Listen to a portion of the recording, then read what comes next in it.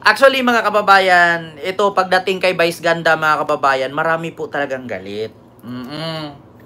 Naku, Diyos mio Marimar.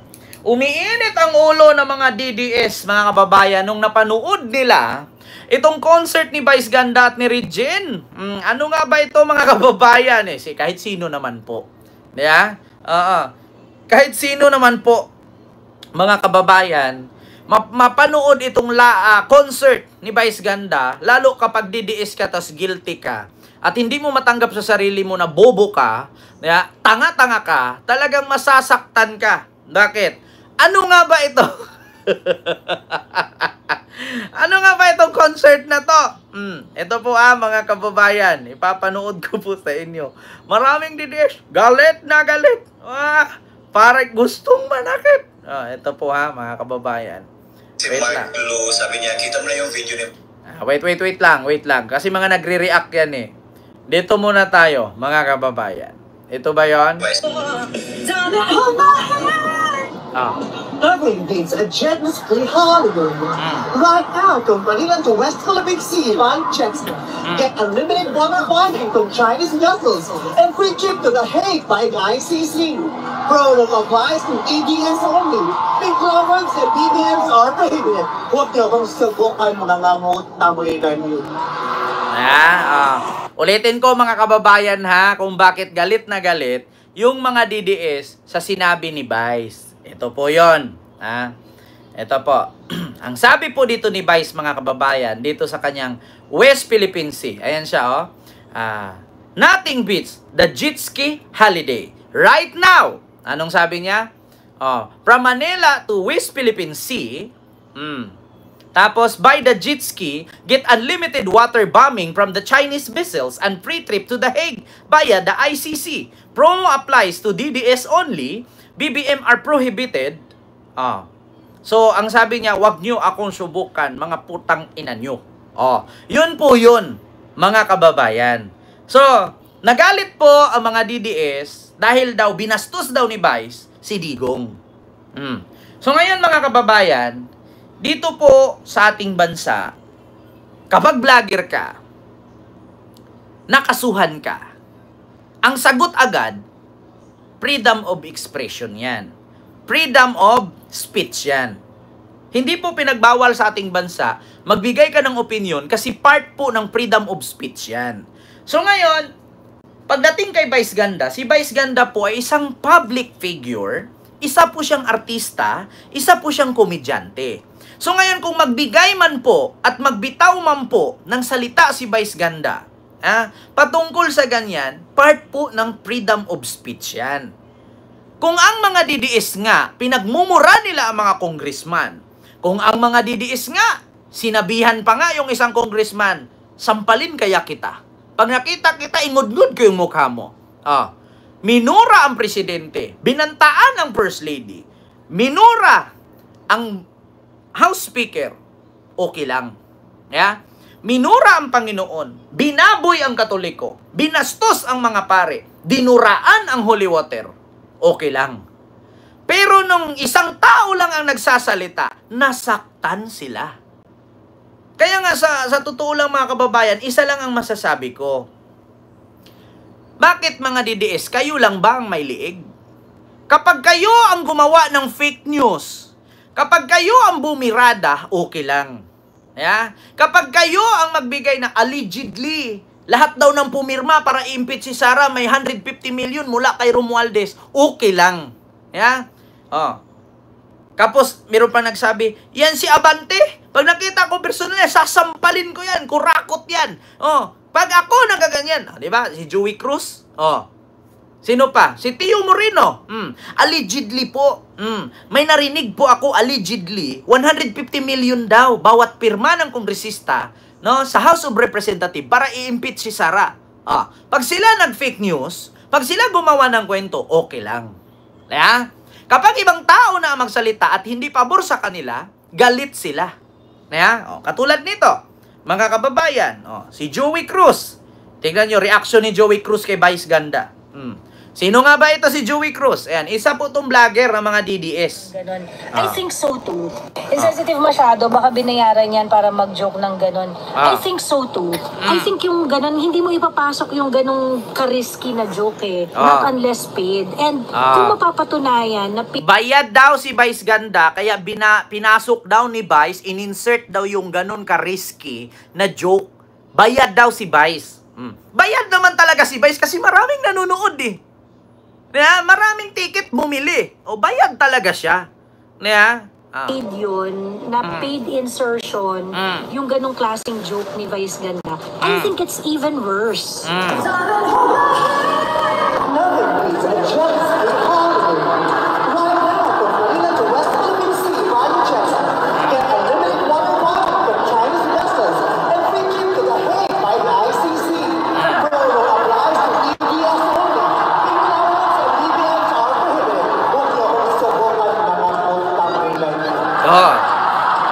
And kung matatandaan ninyo, dati, may mga negative comment rin siya kay PRRD noon. Pagkatapos, nag-concert siya sa Dubai. Tapos na-cancel yung concert niya sa Dubai. Kasi talagang na-high blood yung mga OFW sa kanya sa Dubai. Tasteless yung joke, no? O mga DDS, sundan nyo na si tatay nyo sa hig, ganyan-ganyan. Pakulong na rin kayo doon. Ganun yung dating eh, di ba? Bayan for sure, nasa script yan. Ano ba yung na-expect natin sa isang endorser ng sugal? Pera-pera lang. Dalawa sa pinakamalaking dahilan sa pagkapangit ng buhay, sugal at droga. Wala akong Diba? Ngayon mga kababayan, yan ang reaksyon ng mga DDS vlogger. Kung hindi daw bayad si Vice, hindi daw yun i-insert ni Vice. Alam mo yun, sa totoo lang mga kababayan, hindi na po bago kay Vice yan. Pasalamat nga kayo, concert yan. Kung napanood ninyo kada December, kada movie ni Vice, lahat ng trending na salita, lahat ng trending na nangyari, ginagaya niya. Hindi pa ba kayo? Nanibago pa ba kayo? Hindi ba kayo nasanay kay Vice? Tandaan ninyo, si Vice, komedyante yan. Kayo, mga vlogger kayo. Responsibilidad ninyo yung bawat litanya, bawat salita at statement na lumalabas sa bunganga ninyo. Si Vice, tandaan ninyo, kahit murahin man niya kung sinong politician dyan, kahit bastusin niya kung sinong politician dyan, ang kanyang occupation ay komedyante. So kahit kasuhan si Vice, pwede niyang isabi na, that's only a joke because I am a comedian. Diba? Komedyante yan eh. Ngayon, kung balat sibuyas ka, sorry na lang. Komedyante yan eh. Ganon yan kasimple. Hindi nyo ba naiintindihan yung salitang komedyante? Kahit sabihin niya si Digong dyan, butot balat na isang bulati na lang pipirma, mamamatay na, wala kang magawa. Bakit? Komedyante yan.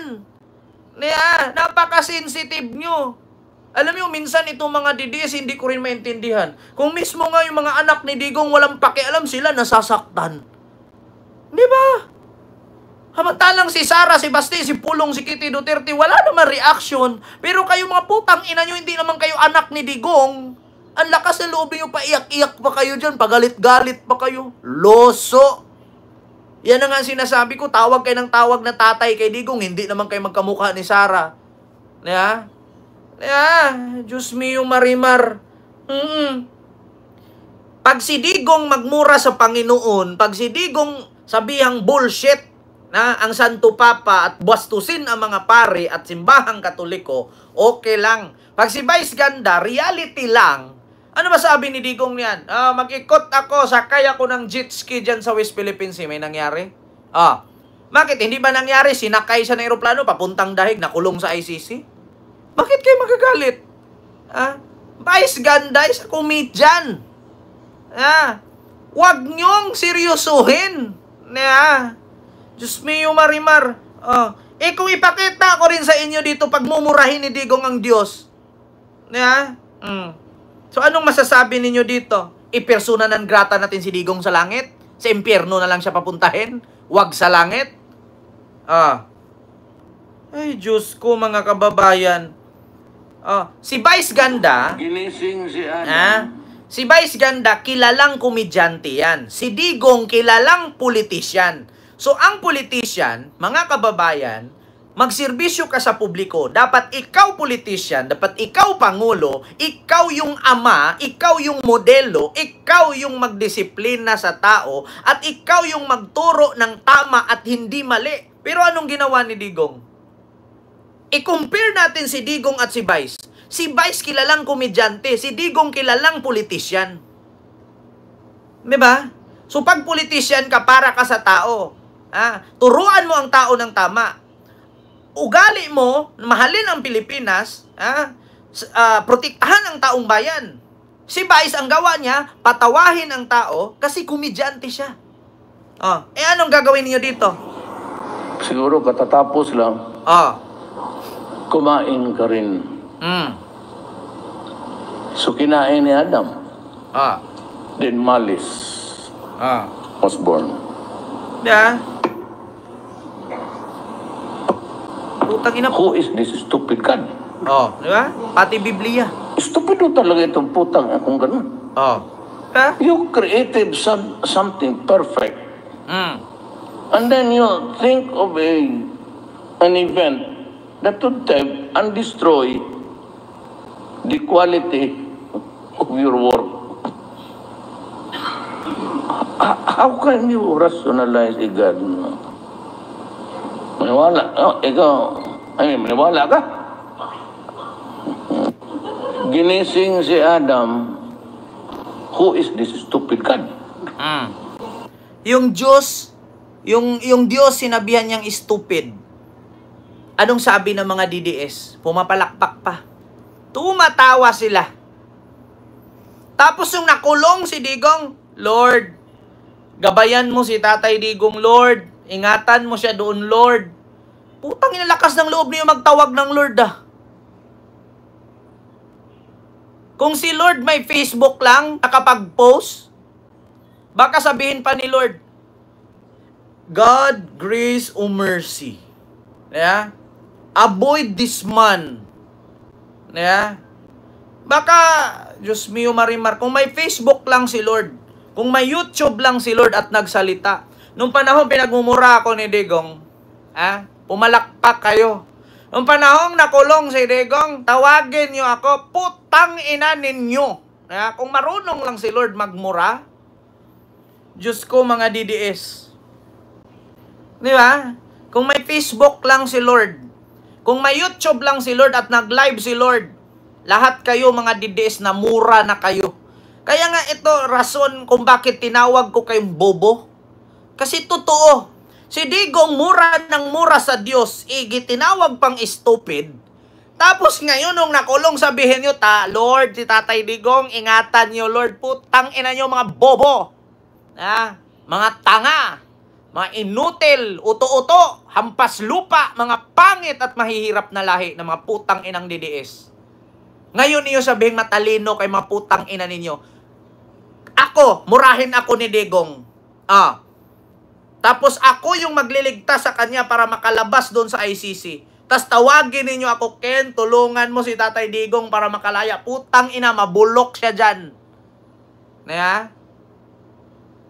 Tapos ang reaksyon ng mga DDS, wag mong iganon si Lord kay si Lord hindi po naghihigante. Tang ina nyo. So okay lang murahin si Lord kasi hindi naghihigante. Yan ang mahirap. Ma'am Delia Rosario, Ma'am Chaicher at sa Sirisa Force, Sir Tommy, Ma'am Lily Tunini, Ma'am Marites Mosne, hello po. Yan ang mahirap. Ma'am Libra, hello po.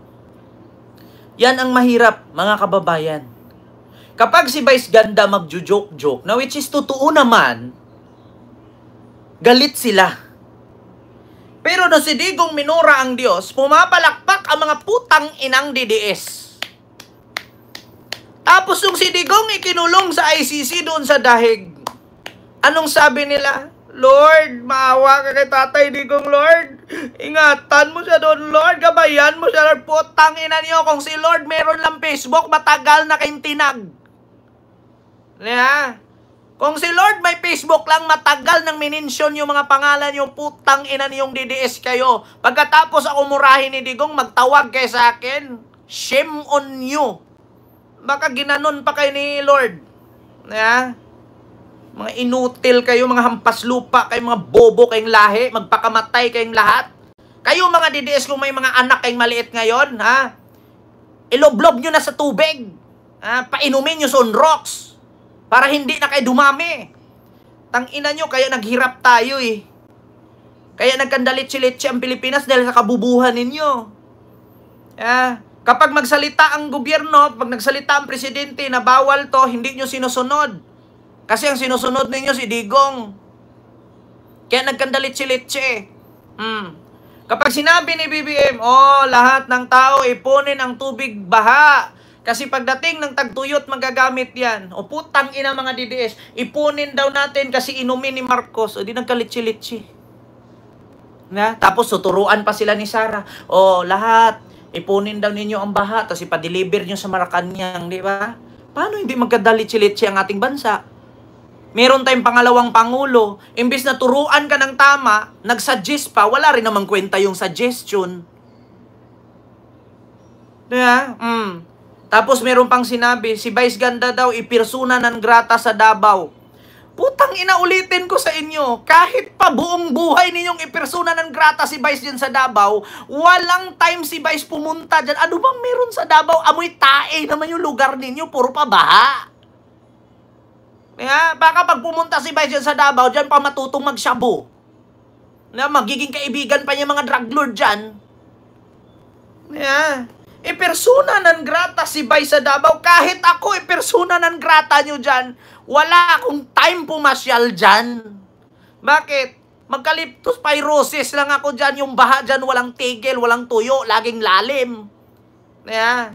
Kahit mahabang buhay nyo, persona non grata nyo, taga Luzon dyan sa Davao, walang time pumunta. Yung mga taga Maynila dyan, ano bang makukuha ng mga taga Maynila dyan? Okay lang sana kung kada punta namin dyan, nakapulot kami tag-isang baretang ginto. Ano bang meron dyan sa Davao kung naubos na kakanakaw nila, yung mga Dutae family. Diyos ko, huwag yung pagmalaki yung Davao, Mas maganda pa nga tawi-tawi dyan, Buti pa nga sa tawi-tawi, makakain ka pa ng buwaya. Makakain ka pa ng mga seafoods. Sa Davao, ano makakain mo dyan? Tubig baha. Putang inang yan. Pupunta ka nga lang ng airport, yung airport nila may bukyutan. Diba? Apakainit pa. Kaliit-liit pa ng airport. Diba? Diyos ko, sasabihin pa nila, persona non grata si Vice sa Davao. Di persona non grata nyo habang buhay. Baka pag sinagot kayo ni Vice, Diyos mo yung marimar, masaktan kay lalo. Di persona non grata ninyo ako. Anong makuha ko dyan sa Davao, Aber? May endorsement ba dyan? May taping ba ako dyan? May show ba dyan? Putang ina, pagyabang nyo pa yung Davao City. Kaliit-liit ng Davao City, tandaan ninyo. Mas malaki pa ang Santa Mesa dyan. Sa Davao City. Diba? Mas malaki pa ang lugar na Santa Mesa dyan sa Davao City. Tapos ipagmalaki ninyo. Anong mapapala ng mga taga Maynila dyan? Anong mapapala ni Vice Ganda dyan sa Davao, Aber? Kung hindi ka dalhin sa bintahan ng durian, sa paggawaan ng lechon na buwaya, tapos dadalhin ka doon sa ano nila, yung sanctuaryo, and then uwi na. Ano mapapasyalan dyan sa Davao City? Bukod sa Kapitolyong pabulok na. Di ba? Pakinggan nyo si Vice Ganda. Masasaktan na naman sila dito, mga kababayan. Balita ko, ang dami mo na naman doon sinasabing masasama tungkol sa akin. At sa iba pang mga tao. Okay lang yan. Ganun talaga. Demonyo ka eh. Di ba? Bilang isang demonyo, trabaho mo yun. Kaya dapat gawin mo yun. Okay? Ituloy mo lang yan. Kasi demonyo ka eh. You have one job. So, you better do it. Okay? Huwag mong isipin ang sinasabi ng mga tao. Ituloy mo lang yung pagsasabi ng masasama tungkol sa akin at sa ibang tao. Kasi nga, demonyo ka eh. Diba? Diba? Oo. Oh. Balita ko, ang dami mo na naman doon sinasabing masasama tungkol sa akin. Oh. At sa iba pang mga tao. Okay lang yan. Diba? Ganun talaga. Demonyo ka eh. Diba? Bilang isang demonyo, trabaho mo yun. Kaya dapat gawin mo yun. Okay? Ituloy mo lang yan. Kasi demonyo ka eh. You have one job.